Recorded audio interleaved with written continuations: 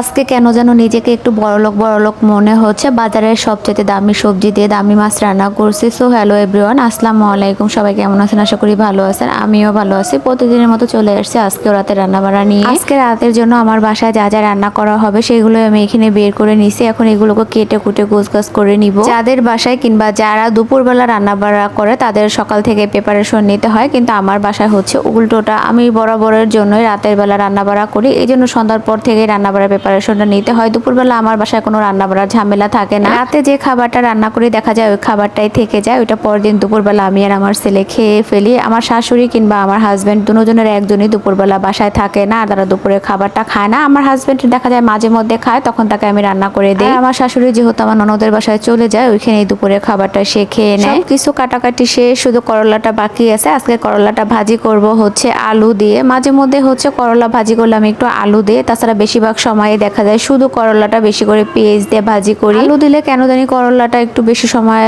লাগে ভাজি করতে, এই জন্য একটু লাল লাল হয়ে যায়, এই জন্য বেশিরভাগ সময় আমি আলু দেই না। পেঁয়াজটা দিয়ে ভাজি করলে খুব অল্প সময়ে করলাটা সেদ্ধ হয়ে যায়, সবুজ সবুজ কালার থাকে, খেতে ভালো লাগে। এদিকে কাটাকাটি শেষ, ধুয়ে ঠুয়ে আমি এদিকে রান্নাটাও বসিয়ে দিছি। আজকে কোনো মাছের আইটেম রান্না করব না, আজকে হচ্ছে শুটকি ভুনা করব আর হচ্ছে করলা ভাজি করব। তো এখানে শুটকিটা ভেজে নিয়ে আমি পানিতে ভিজিয়ে রেখে এখানে হচ্ছে করলা ভাজিটা বসিয়ে দিচ্ছি। পাশের চুলায় হচ্ছে আমি প্রেসার কুকারে ডালটাও বসিয়ে দিছি। আজকে করলাটা হচ্ছে চিংড়ি মাছ দিয়ে ভাজি করব।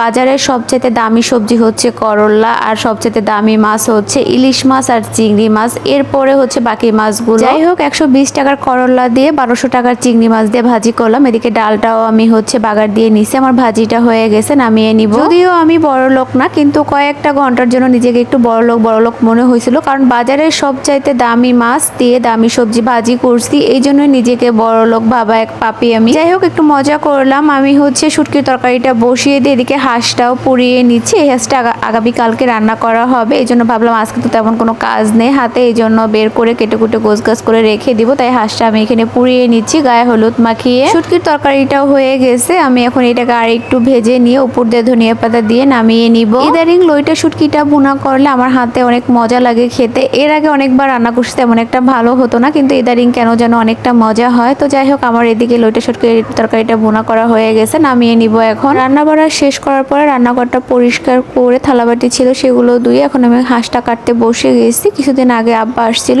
আব্বা আসার সময় এই হাঁসটা সাথে করে নিয়ে আসছিল। মা বাড়ি থেকে একদম হাঁসটাকে পরিষ্কার করেই বেছে দিছিল। আমার যেহেতু ছোট বাচ্চা আছে, আমার পক্ষে পুরোপুরি একদম বাছা সম্ভব ছিল না, যার কারণে মাই বেছে দিছে। শুধু আমি গায়ে হলুদ মাখিয়ে পুড়িয়ে এখন কেটে নিচ্ছি। আব্বা আনার পর থেকে এই পর্যন্ত হাঁসটা 3 দিন বের করে আবার ফ্রিজে তুলে রাখছে, শুধুমাত্র একটু গাটা আগুনে পুড়িয়ে হচ্ছে আমি এই মাংসগুলো কেটে রেখে দিব, সেই সময়টুকু পাইনি। আজকে সময় বের করে নিছি, তাছাড়া আগামীকালকে এই হাঁসটা রান্না করব, এই জন্য মূলত আরো আগ্রহ করে হচ্ছে বের করে কেটে বেছে নেওয়া হয়ে গেল। তো যাই হোক, সব হাঁসটাই কাটা হয়ে গেছে, ধুয়েও নিছি, শুধু পাকনাগুলোর ভিতরে একটু পশম আছে, এগুলো আগামীকালকে দিনের বেলা বের করে হচ্ছে পরিষ্কার করে নিব। ফ্রিজের ভিতরে মাংসটা রেখে দিয়ে হচ্ছে আমি রাতের খাবারটা খেয়ে বসে বসে টেলিভিশন দেখতেছিলাম। ছেলে দুইটা একটাও বাসায় ছিল না। এর ভিতরে আমার ননদের ছেলে আমার জন্য একটা ফালুদা নিয়ে আসছে। ফালুদাটা আমার কাছে অনেক ভালো লাগছে। এর আগে আমিও যদিও ফালুদা 1-2 বার খাইছি, সেটা বাসায় বানানো, কিন্তু দোকানেরটা খাইনি। এই ফালুদাটা আমার কাছে এত ভালো লাগছে বলে বোঝানোর মতো না, কিন্তু আমি যেহেতু রাতের খাবারটা খেয়ে ফেলছি, যার কারণে বেশি একটা খেতে পারিনি। যতটুকু খাওয়ার খেয়ে বাকিটুকু হচ্ছে ফ্রিজে রেখে দিছিলাম। পরের দিন হচ্ছে আবার দুপুরবেলা বের করে খেয়ে নিছিলাম। আপনাদের ভাইয়াও বলছে ফালুদাটা অনেক মজা লাগছে, যদিও আইসক্রিমটা ভ্যানিলা আইসক্রিম দেওয়ার কারণে ওর কাছে তেমন একটা ভালো লাগেনি, কিন্তু আমার কাছে অনেকটা ভালো লাগছে।